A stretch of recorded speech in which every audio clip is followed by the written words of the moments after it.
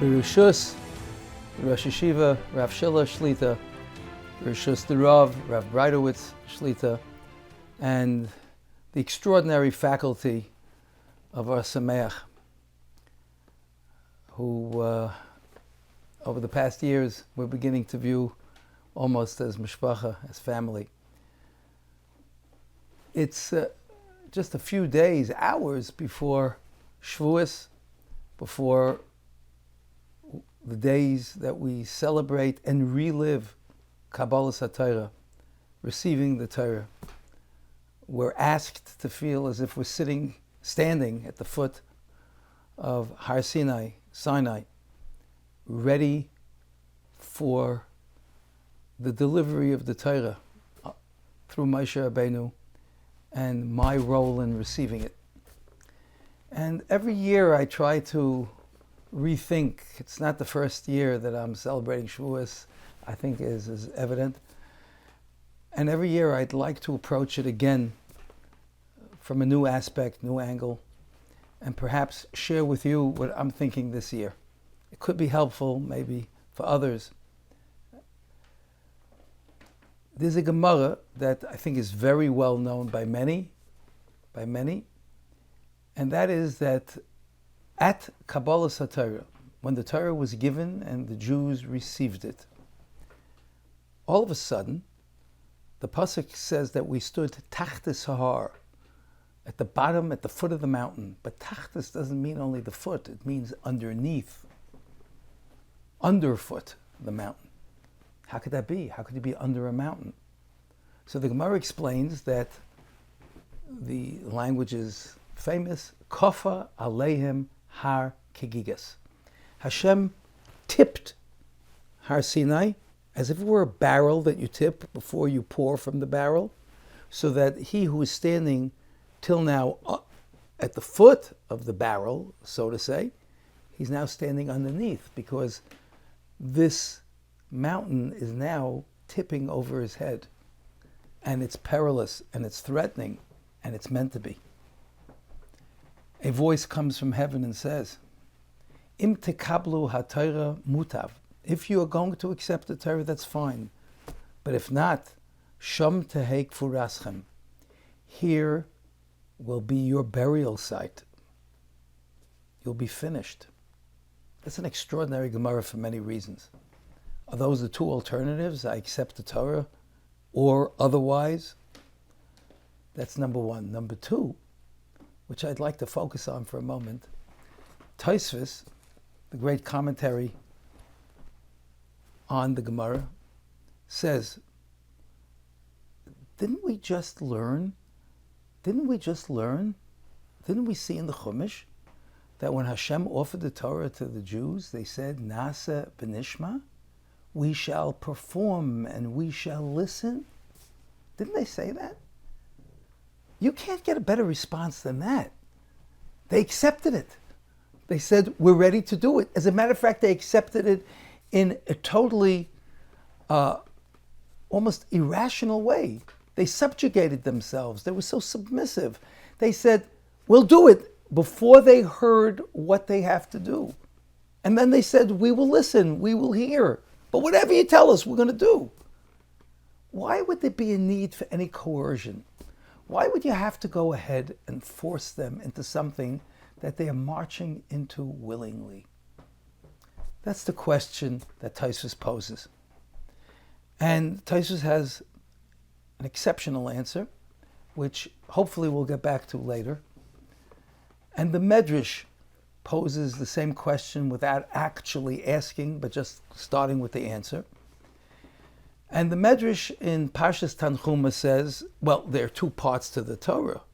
There's Torah Shabiksav, there's the written law, and there is the oral law, or oral law. The oral is much more difficult, it's much more complex. It requires a lot more work. You can't sit back and just read. It's toil, it's labor. Therefore, they said Nasa v'nishma on the written law, but not on the oral. And that they needed coercion for. That's not Tosefos' answer. Tosefos says because of the great fires that accompanied what we call Ma'amad Har Sinai, the revelation, the moment, the experience at Sinai, which was accompanied by flames and blazes, the Yidden, the Jews, could become frightened. The Nasa v'Nishma that they had given so willingly will all of a sudden know, what am I getting into? So Hashem had to twist their arm. That's Tosefos' answer. I'd like to come back to that perhaps a little later. The Maharal, the great Maharal of Prague, has his own answer. So we heard Torah Shebiksav, Torah Shebal Peh, the written law and the oral law. We heard that there was a change.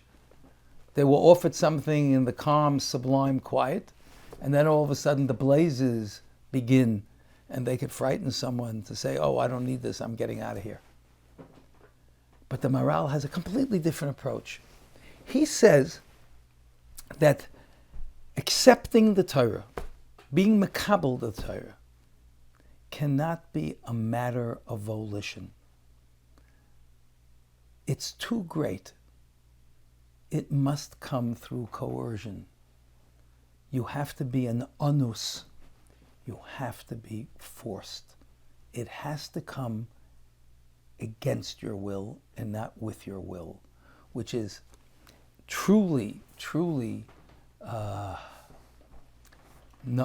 non-conventional idea, and it's quite the opposite. It's counterintuitive to what I would think would be proper. Proper would be if we do something voluntarily. It shows tremendous devotion and acceptance, and yet the Maharal says, no, this is too important. We need to force you into it. What's the pshat? What does this mean? If I may, I'd like to offer the way I understand it. Unfortunately, we come across elderly people who are going through great medical challenges, and the people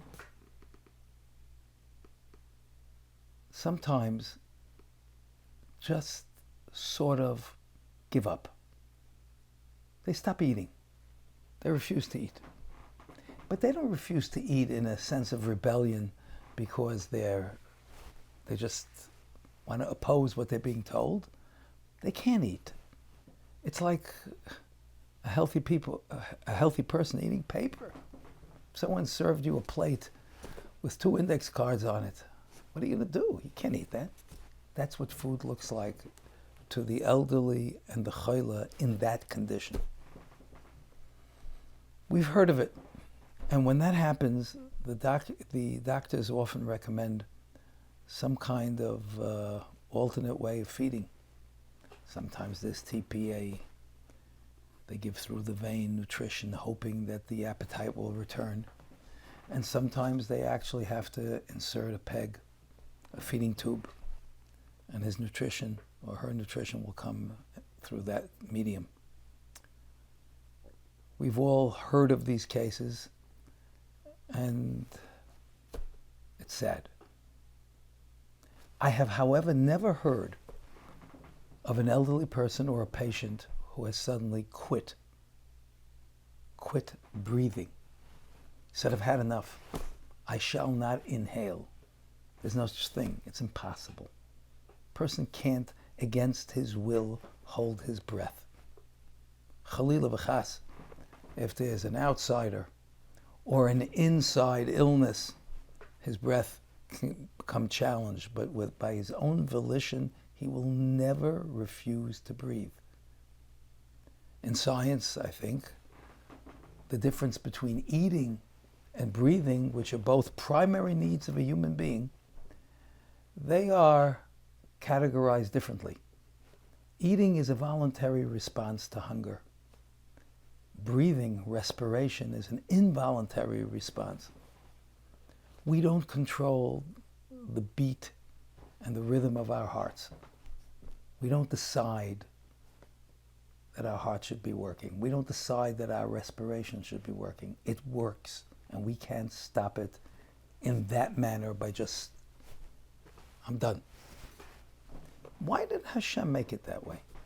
Why, when it comes to food that's essential, a person can't live without food, it's still a voluntary response to hunger.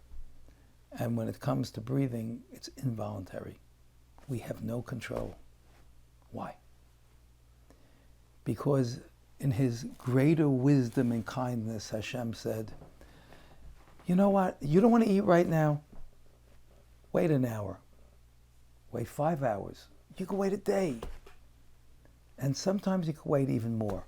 It will not negatively impact your health, or even if it will reduce your strength, it's not going to endanger you. You could take it easy. But breathing? If we give up breathing for more than, I don't know the exact scientific number, but more than 40, 45 seconds, a minute, 2 minutes, 3 minutes, we're in a danger zone. Damage sets in, brain damage. Hashem doesn't trust us with our breathing. He trusts us with our eating. Breathing? No. You're going to go on strike and then change your mind, but it'll be too late. Damage has set in. I'm taking that choice out of your hands. It's involuntary. Eating, I'll trust you with. Gentlemen, let's go back to the Maharal. The Maharal is telling us that Kabbalas Torah must, by definition, be involuntary. The same way Hashem said that your breathing and your respiration and your heartbeat, they must be involuntary. I can't leave it up to you. It can't be subject to your whim, to your mood, to your interest, to your preoccupations. It has to be. And I'm not going to allow you to damage yourself. Kabbalas Torah is that way. You must. So what happened after, though, the Nasa v'Nishma? They did say, we'll accept it. Hashem heard how they said it. Nasa v'Nishma. We voluntarily accept it. Oh, voluntary? So the Torah to you is food. Primary. Essential. I can't live without it. Ultimately. But what about now, this minute? What about every day, every hour? I can't leave it up to you to say, not today. Today is not a Torah day. Today, it's not for me. Maybe tomorrow. I can't leave that. I can't let you make such a decision. It has to be involuntary. Therefore, your Nasa v'Nishma raise the level of your acceptance to that of primary food needs. It did not raise it to the level of respiration. HaKadosh Baruch Hu intervened, Kaviyachal, and said, Kafa aleim har kegigis. You have to see that you have no choice. And therefore the Maharal says, Kabbalas Torah has to be ba'oinus. It has to be with coercion, no volition. Nasa v'Nishma is beautiful, but not enough. I think as we enter the days of Shavuos, we have to say to ourselves, the gift that has been given to us has been the gift of breathing. I was told that Rabbi Ber Leibovitz, Zechet Tzadik Levracha, the Bircha Shmuel, the great Rosh Yeshiva, pre-war Rosh Yeshiva, who has become and remained the Rosh Yeshiva and Gaon for students of Talmud. The great Rabbi Ber heard someone say, Torah is oxygen. And he protested. He said, it's not oxygen. It's life itself. Oxygen is a gas, a mixture of gases. No, excuse me, a gas. Oxygen is a gas. Air, which was, I think, really what was meant. the mixture, which we need for living. But it's not living itself. It's a medium. So Torah is living, breathing, pulsating, your heart beating. That's how we have to feel. Can I go back to Tosefos' answer? Tosefos said, the great fires, the blaze, that's going to be frightening. And therefore, I'm going to have to force them into this. A completely different answer than the Maharal's. I acknowledge that. But I heard from the great Rosh Yeshiva of Yeshivat Mir in Brooklyn, Hagoyin Reb Shmuel Birnbaum, Zechet Tzadik Livracha, that he asked, I don't get it. I have a solution. Why don't we get rid of the fire and then we won't need the coercion? In other words, without the fire, everybody was accepting the Torah, Nasiv and Ishma. We introduced the fire and it's a new ball game. So now we have to figure out how do we get around the fire. Kafa aleim har kigiyus. We'll tip the mountain. Get rid of the fire, get rid of the coercion, and we're back to where we were pleasantly. It's a perfect solution, so why don't we have it? Says Reb Shmuel Birnbaum, because Torah without fire is not Torah. There has to be life. There's electricity in our heartbeats. Our heartbeats work with electrical impulses. Torah has to electrify us.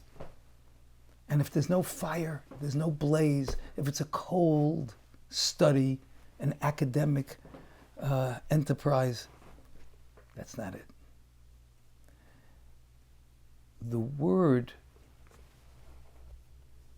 the name, Ohr Somayach, talks about the joyous light.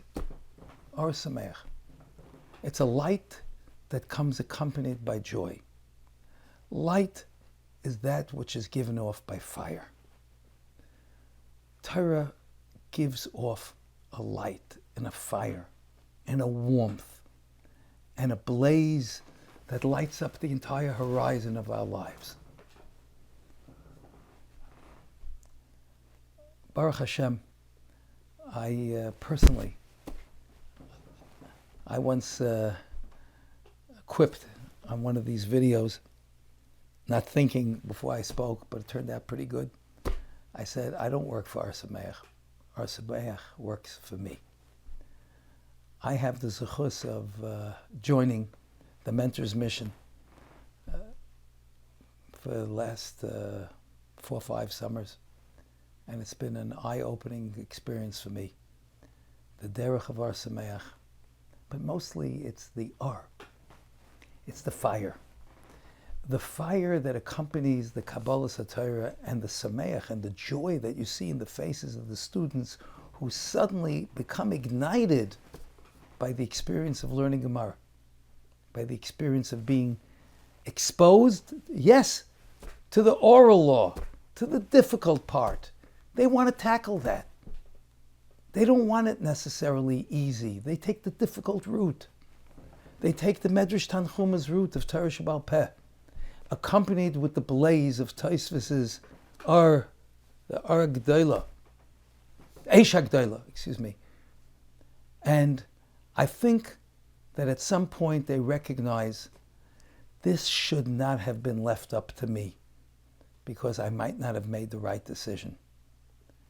And they introduce themselves into what we call a matzav, a circumstance in which they happily say, you know what? On one hand this, on one hand that. Nope, there is no other hand. This is the way to go. This is the way to go. Torah Shebal Peh, Eish Gedola. I want to be a mukhrach. I'm happy to have joined and become. This is what I see every summer. And it's so inspiring for me. And when I'm approaching Kabbalah Torah for all of Klal Yisrael, I think about watching individual Kabbalah Torah of young men who suddenly see literally the light and they say, Nasa v'nishma, but make me an anus. bind me so that I should never leave. May Hashem help that the Rosh Yeshiva should be well, Shlita, Rabbi Breidowitz, and all of the wonderful staff of Ohr Somayach, the extraordinary students, that we should all re-makabel the Torah this Shavuos, looking ahead and asking ourselves, who else would join us, could join us? We extend a hand and say, come along. We're ready to walk to Har Sinai. Have a beautiful Yom Tov.